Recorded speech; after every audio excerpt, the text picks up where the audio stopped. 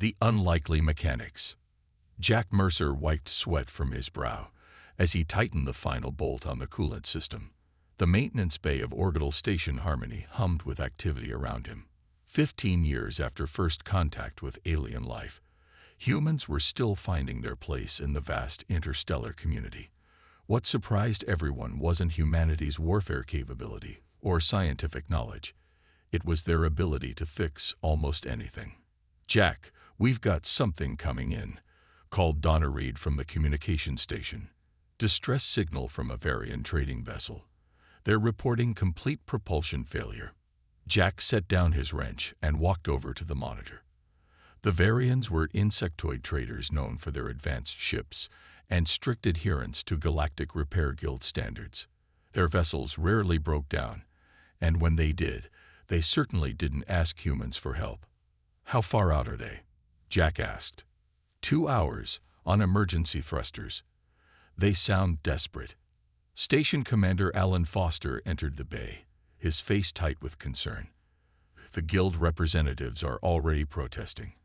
They say we're not certified to work on Varian quantum drives." Jack shrugged. "So we'll get certified. Can't turn away a ship in distress." "That's what I told them," Alan said with a smile. "Prepare your team. This could get interesting." When the Varian ship finally limped into the docking bay, Jack was surprised by its condition. The elegant vessel's hull showed microfractures, and diagnostic readings indicated catastrophic internal damage. 4 Varians disembarked, their compound eyes darting nervously around the human facility. "We are grateful for your assistance." The lid Varian clicked, mandibles twitching with what Jack recognized as embarrassment. "Though we must express concern about your repair capabilities. Let us take a look before you worry," Jack said gently. He signaled to his team, a mix of former auto mechanics, military engineers, and hobby tinkerers who had found their calling in space. The moment they opened the engine compartment, Guild Representative Zelnar burst into the bay. "This is highly irregular. Humans are not approved to service Class 8 quantum drives." The blue-skinned alien waved tentacle-like appendages in protest. "With respect," Jack replied, already examining the damaged components. "Your Guild-approved stations already turned them away. Said it was unfixable." The Varian captain's antennae drooped. 3 stations, all said the same. Jack's assistant, Ben Kelly, whistled as he peered at the drive core. "Never seen quantum degradation this bad. No wonder they couldn't fix it." "Can you?" asked the Varian captain. Jack reached for his toolbox, a battered metal container filled with a mix of standard wrenches, hammers, and tools he'd made himself. The Varians stared in horror. "Physical tools? On a quantum drive?" Zelnar gasped. "This is barbaric. You'll destroy what's left of it." But Jack was already working, his hands moving with practiced precision. "The problem isn't the quantum field generator, it's the housing. See these microfractures? They're letting radiation leak into the stabilizer coils." The Guild representative moved closer despite himself. "Impossible. Those housings are indestructible." Jack tapped a particular spot with his wrench. "Nothing's indestructible, especially not when exposed to tachyon leakage. Look here, the molecular structure is breaking down." "But the standard repair protocol," Zelnar began. "Won't work," Jack interrupted. "We need to think differently." He turned to Ben. "Get me that titanium alloy we salvaged from the old satellite. And call Lisa at Materials. Tell her we need her specialty welds."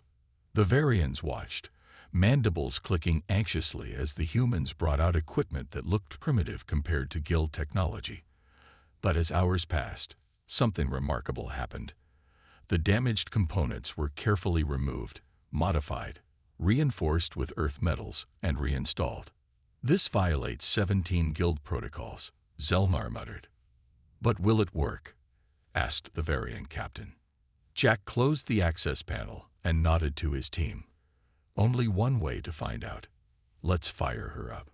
The engine bay fell silent as Ben initiated the startup sequence. For a moment, nothing happened. Then, with a gentle hum that grew steadily stronger, the quantum drive powered up. Lights flickered across the control panel, all green. The Varian captain's antennae quivered with disbelief. "It works. How did you?" "Sometimes," Jack said with a smile. "You don't need molecular manipulators and quantum stabilizers. Sometimes you just need a good wrench and the willingness to try something new." Jack couldn't sleep that night. The repair on the Varian ship kept playing through his mind. The guild representatives had been shocked, but their surprise was nothing compared to the Varians themselves. Their ship was running better than when it was new. "You're still up." Lisa Novak walked into the station's common area, coffee mug in hand. The materials specialist had been crucial to their success, creating a hybrid alloy that could withstand quantum stress fields. "Just thinking," Jack replied. "Those guild repair protocols nearly got those Varians stranded forever." Lisa nodded, sitting across from him. "I looked at the original schematics. The drive design had a fundamental flaw. The Varians were lucky it lasted as long as it did." The next morning, Jack and his team gathered to fully examine the quantum drive. What they found surprised even them. "This alloy was never meant to channel tachyon particles," Ben said, showing Jack a piece of the original housing under a microscope. "It's degrading at the molecular level." Jack frowned. "Then why use it in every ship?" "Because that's what the guild manual specifies," Lisa explained, joining them with her data tablet. They'd been using the same designs for over 200 years without questioning them. Commander Foster entered the workshop, looking concerned. "We've got company. The guild has sent an official inspection team. They're demanding to see what you did to that ship." The inspection team was led by Senior Engineer Krell, a tall, thin alien with 6 arms and an expression of permanent disapproval. "Your repair techniques are completely unorthodox," Krell stated after examining the drive. "You've mixed materials that our manuals explicitly forbid combining." "But it works," Jack pointed out. "Better than before." Krell's eyes narrowed. "That remains to be seen. We will need to observe long-term performance." "There's more," Lisa added, stepping forward with her findings. "The original design has a critical flaw. The quantum field destabilizes the molecular structure of the housing over time. It's happening in every ship with this drive." Krell dismissed her with a wave. "Impossible. The design is perfect. It was created by our greatest engineers." "Perfect things don't break," Jack said simply. "We can show you the evidence." For hours, the humans demonstrated their findings. They showed microscopic degradation patterns, ran simulations, and explained how their hybrid solution created a buffer that prevented quantum degradation. "This is troubling," Krell finally admitted. "If what you say is true, thousands of ships could fail within the next cycle." "We can help," Jack offered. "Our solution isn't just a repair, it's an improvement." The Varian captain, who had stayed to observe the proceedings, stepped forward. "My ship's efficiency has increased by 22% since the humans modified it.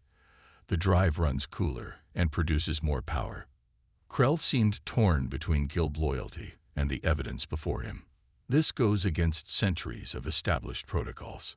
"Sometimes protocols need updating," Commander Foster suggested, "especially when lives are at stake." That evening, after the guild representatives had finally left, Jack and his team celebrated. They had not only earned grudging respect, but also secured permission to continue their work. "They're sending us 3 more ships tomorrow," Commander Foster announced. "Ships that other stations couldn't fix." Lisa raised her glass to human ingenuity.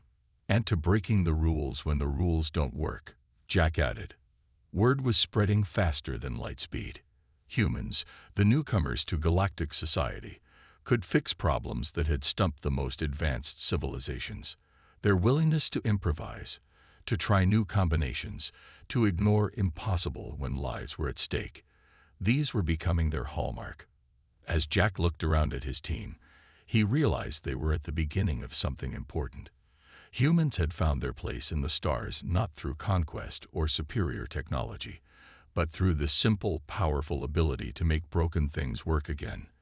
"We're going to need a bigger repair bay," he said with a smile. Within 3 months, Orbital Station Harmony had transformed. What was once a modest repair facility now bustled with activity as ships from dozens of alien civilizations waited in line for the famous human touch. The station had expanded, adding 3 new repair bays and doubling its crew. Jack walked through the main hangar, where an enormous Ralthian cruiser hovered while his team swarmed over its damaged hull. The insectoid Ralthians were known for their military prowess, not their patience, yet they had waited 2 weeks for their turn at the human repair station. "Never thought I'd see the day," Ben remarked as he joined Jack. The Ralthians used to say humans were too primitive to understand real technology. Jack nodded. Things change fast when you can fix what no one else can. A small transport ship docked at the station, and Jack recognized the distinctive markings of the Galactic Repair Guild. His good mood faded slightly. Guild inspectors had become a regular nuisance, constantly monitoring and questioning their methods. "We've got trouble," Lisa said, hurrying over to them. "That's not a regular inspector. That's Guild Master Zorthax himself." Jack had heard stories about Zorthax, the supreme authority on all repair protocols in the galaxy. The ancient alien had established many of the standards that the Guild still followed hundreds of years later. Commander Foster met the Guild Master at the airlock. Even from a distance, Jack could see the tension in the commander's posture. "He wants to speak with you," Foster said when he returned. "All of you. Main conference room in 10 minutes. Guild Master Zorthax was unlike any alien Jack had met before. His body seemed almost crystalline, with faceted surfaces that caught the light in strange ways. 4 arms emerged from a central torso, and his face featured multiple eyes arranged in a circular pattern. "I have reviewed your repair records," Zorthax began without greeting. His voice had an odd, resonant quality. "You have violated 1,342 Guild protocols in the past 90 days. Jack fought the urge to smile. "Yes, sir, that sounds about right." "This is not amusing, human. Your methods are dangerous and unpredictable." Lisa stepped forward. "With respect, Master Zorthax, our success rate is 100%. Every ship we've worked on has left in better condition than when it arrived." "For now," the Guild Master said coldly, "but your improvised solutions lack proper testing. You combine materials that have never been tested together.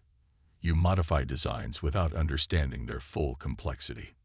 "We understand enough to fix them," Ben pointed out. Zorthax's eyes rotated, focusing on different humans in sequence. "Your species has been among the stars for barely a generation. Some civilizations represented in the Guild have been traveling space for 50,000 years. Your arrogance is astonishing." Commander Foster maintained a diplomatic tone. "We don't claim to know everything, Master Zorthax. We simply offer solutions where others have failed." "At what cost?" The Guild Master's voice rose. "Your station now receives ships that should be going to Guild-certified facilities. Economies are being disrupted. Protocols are being ignored." As the argument continued, Jack noticed something interesting. Despite his protests, Zorthax kept glancing at the schematics displayed on the conference room walls. He seemed particularly interested in the hybrid power coupling Jack had designed for the Varian ships. "You're not just worried about protocols," Jack said suddenly. "You're worried we might be right." The room fell silent. Zorthax's crystalline body seemed to vibrate slightly. "I have decided," the Guild Master announced after a long pause. "Orbital Station Harmony will be placed under official Guild observation. I will personally oversee your operations for the next standard month." After Zorthax left, the team exchanged worried glances. "This could be bad," Ben said. "If he shuts us down." "He won't," Jack replied confidently. "Because we'll keep doing what we do best, fixing the unfixable." That night, as Jack looked out the viewport at the lineup of alien vessels waiting for repairs, he felt both pride and concern.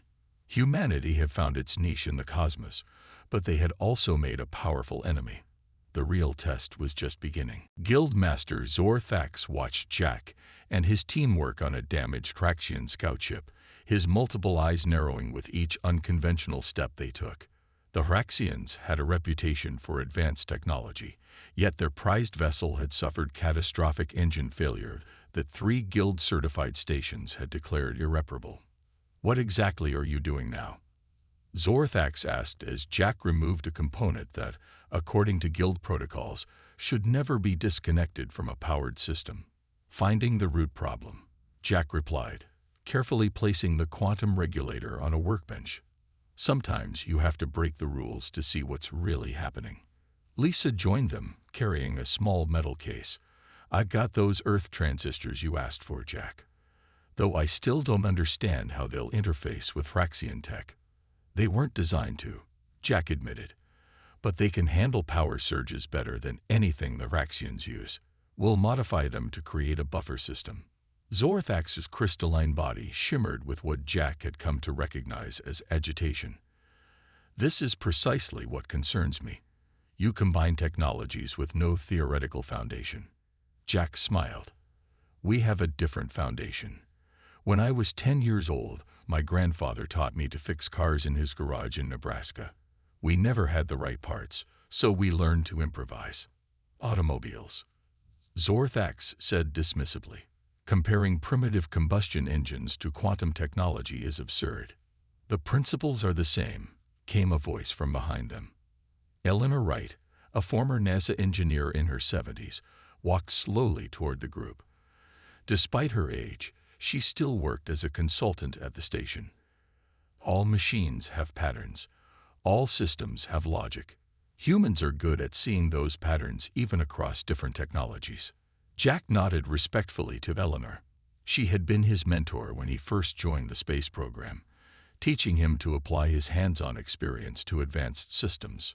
"The Guild approaches repair with a perfect solution mindset," Eleanor continued, addressing Zorthax directly. "If the perfect replacement part isn't available, the repair is deemed impossible. Humans start with good enough and work their way up." The Guild Master seemed intrigued despite himself. "And this is taught to your engineers?" "Not explicitly," Eleanor said. "It comes from our history. On Earth, resources were often limited. People learned to fix things with whatever was available." Jack had returned to the Raxian ship, where he was now connecting modified Earth components to the alien technology. Ben and 2 other engineers were writing new code to make the systems communicate. "This should never work," Zorthax muttered, watching the process. "But it will," Lisa said confidently. 4 hours later, the Raxian vessel's engines hummed to life. The Raxian captain, a tall being with iridescent skin, performed a thorough diagnostic. "Efficiency is at 118% of factory specifications," the captain announced, clearly shocked. "How is this possible?" "We bypassed the overprotection systems in your quantum matrix," Jack explained. "They were designed to shut down at the first sign of trouble, but they were too sensitive.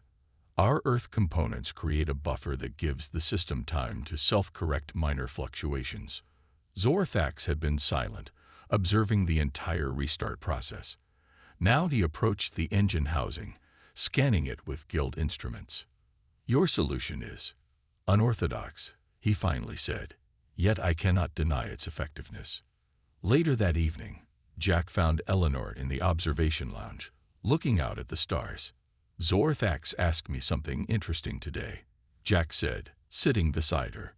"He wanted to know why humans seem to have a special talent for repairs." Eleanor smiled. "What did you tell him?" "That we're too stubborn to accept that something can't be fixed," Jack replied. "But I think there's more to it than that." "There is," Eleanor said softly.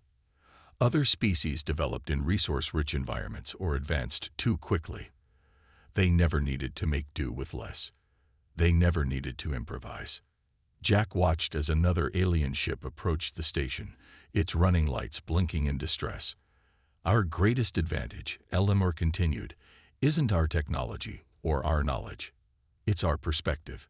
We see possibilities where others see only protocols. After 2 weeks of observation, Guildmaster Zorthax called for a formal meeting with the station's leadership. The conference room was tense as the crystalline alien entered, followed by 3 guild assistants carrying data tablets.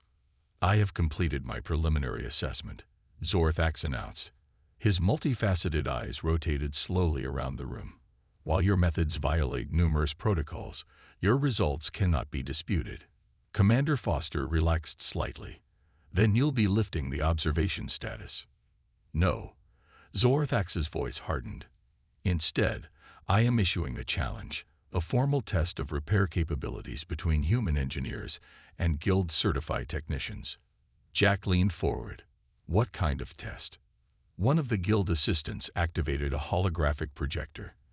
The image of a massive ancient starship appeared, rotating slowly in the center of the room.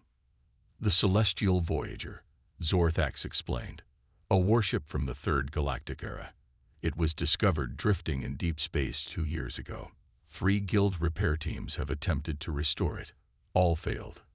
Lisa studied the projection with professional interest. "That design is unlike anything I've seen before." "It predates all current civilizations," Zorthax confirmed. "Its technology is partially understood, but its integrated systems have proven impossible to repair." Jack exchanged glances with his team. This wasn't just a challenge. It was a trap. If they failed, Zorthax would have proof that human methods weren't superior after all. "What are the stakes?" Commander Foster asked cautiously. "If the Guild team succeeds where humans fail, Orbital Station Harmony will be prohibited from conducting repairs on non-human vessels. If the humans succeed," Zorthax paused, "the Guild will formally recognize human repair techniques and incorporate them into our protocols." The room erupted in hushed conversations. Jack raised his hand for silence. "Where is this ship now?" he asked. "In orbit around Proxima Station, 1 week's journey from here," Zorthax replied. "You may select a team of 6 engineers. The Guild will do the same." After Zorthax departed, Commander Foster turned to Jack. "This is a dangerous gamble. If we lose, everything we've built here disappears." Jack nodded. "He's counting on that. He picked a ship that no one has been able to fix." "Which means," Lisa added with a small smile, "it's exactly the kind of challenge we're good at." Jack spent the next 3 days carefully selecting his team. Besides himself and Lisa, he chose Ben for his coding expertise and Eleanor Wright for her deep understanding of theoretical systems. For the 5th position, he selected Raj Patel, a former watchmaker whose understanding of intricate mechanical systems had proven invaluable on several difficult repairs. The final position caused debate until Jack visited the station's civilian sector and found Yumi Takahashi working in her small shop. The young woman was known for her ability to communicate with alien AI systems that no one else could understand.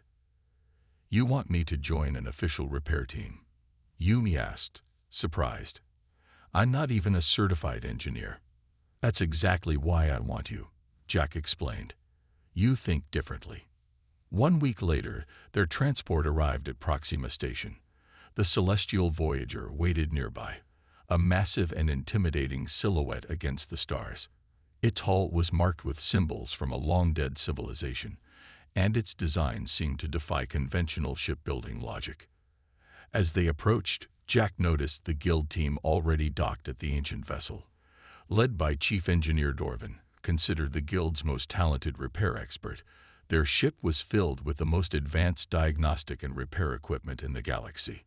They got better tools, better training, and Guild protocols developed over thousands of years, Ben observed nervously. "And we've got something better," Jack replied, watching as the massive derelict grew larger in their viewport. "What's that?" Raj asked. Jack smiled. "We've got human stubbornness. We don't know how to give up." The Celestial Voyager loomed before them, dark and silent. A challenge that would determine the future of human repair operations throughout the galaxy. The ancient ship's interior was eerily beautiful. Corridors curved in geometric patterns that seemed designed for a different sense of direction than humans possessed. The walls glowed with faint blue light from unknown power sources that had somehow survived millennia. "The main engine room should be this way," Jack said, following the holographic map provided by Zorthax. His team moved cautiously, scanning everything with their instruments. When they reached the central chamber, they found the guild team already at work. Chief Engineer Dorvin, a tall, blue-skinned alien with 4 arms, was directing his technicians as they connected advanced diagnostic equipment to what appeared to be the ship's control systems. "Ah, the humans arrive," Dorvin said without looking up. "We've already begun mapping the primary power distribution network." Jack nodded politely but said nothing. Instead, he signaled his team to spread out and begin their own inspection. While the guild focused on the central controls, Jack wanted a complete understanding of the ship. Hours passed as both teams worked. The guild approach was methodical and by the book. They documented every component, ran standard tests, and consulted their massive database of repair protocols. In contrast, Jack's team took a more intuitive approach. Yumi sat quietly near what they believed was an AI interface, listening through specialized equipment. Eleanor studied the overall design patterns.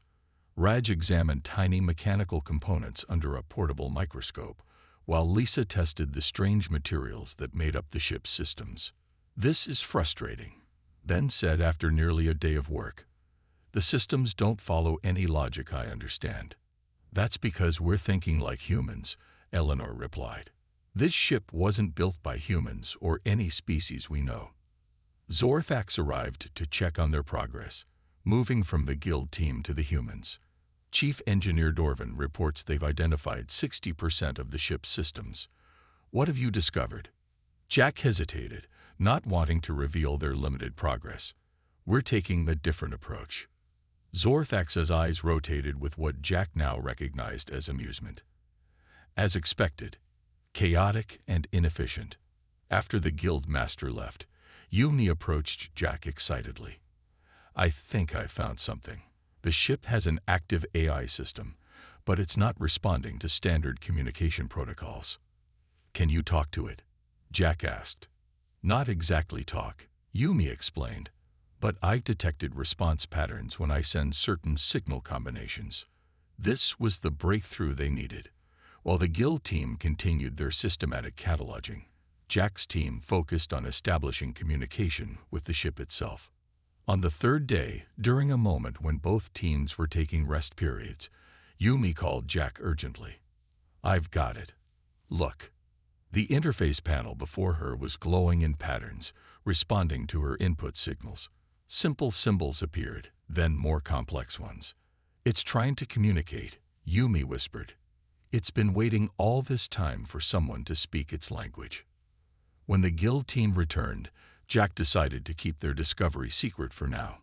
Let Dorvin continue with his protocols while they pursued their advantage. By the 5th day, the guild team hit a wall. Despite identifying most systems, they couldn't activate the main power core.